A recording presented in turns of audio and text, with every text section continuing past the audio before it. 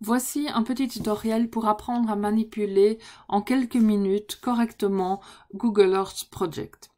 Lorsque vous recevez un mail ou une information dans votre plateforme vous disant d'aller sur un projet Google Earth pour la suite de votre travail, vous recevez en même temps un lien ou un hyperlien.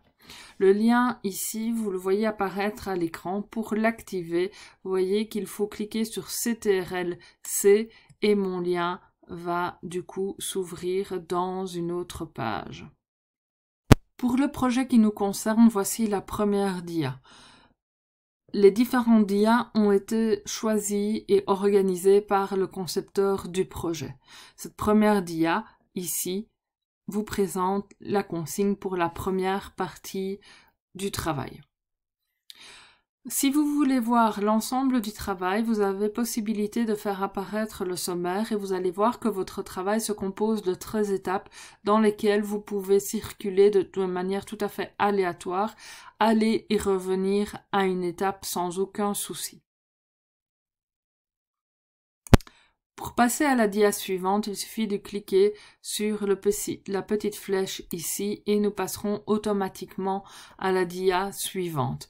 Sur cette dia, vous pouvez voir à droite les différentes consignes que votre professeur vous a données. Alors, pour circuler dans Google Earth, vous pouvez simplement cliquer, glisser à l'aide de votre souris ou vous pouvez zoomer et dézoomer à l'aide de la roulette de votre souris. Vous pouvez également zoomer et dézoomer à l'aide des petits signes plus et moins que vous voyez en bas à droite de votre écran.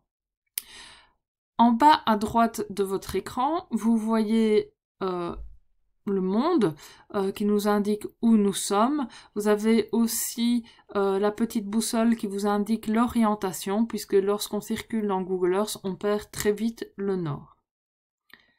Vous avez ce petit bonhomme blanc pour l'instant, qui va devenir jaune lorsque je clique dessus et quand je l'approche de la carte, vous voyez apparaître des lignes bleues.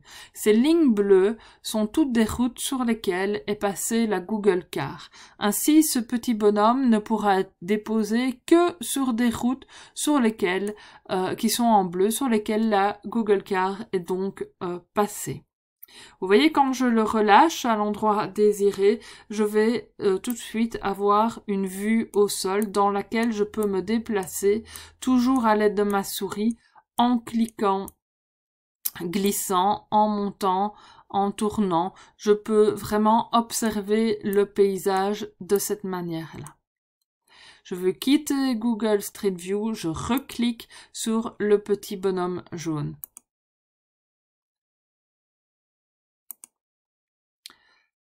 Autre petite information importante, vous pouvez voir que des décalages entre l'image satellitaire et l'image Street View. Ainsi, ici, je vois une péniche. Si j'approche mon petit bonhomme Street View et que je le dépose sur les quais pour observer le cours d'eau, je me retourne, je n'ai pas de péniche. En effet, les images ont été prises à des périodes différentes. Autre élément dans la consigne, vous voyez apparaître des petites flèches à droite et à gauche. C'est pour accéder aux documents supplémentaires qui ont été postés. Vous pouvez même y trouver des vidéos. Il vous suffira de cliquer sur le petit triangle pour faire démarrer la vidéo.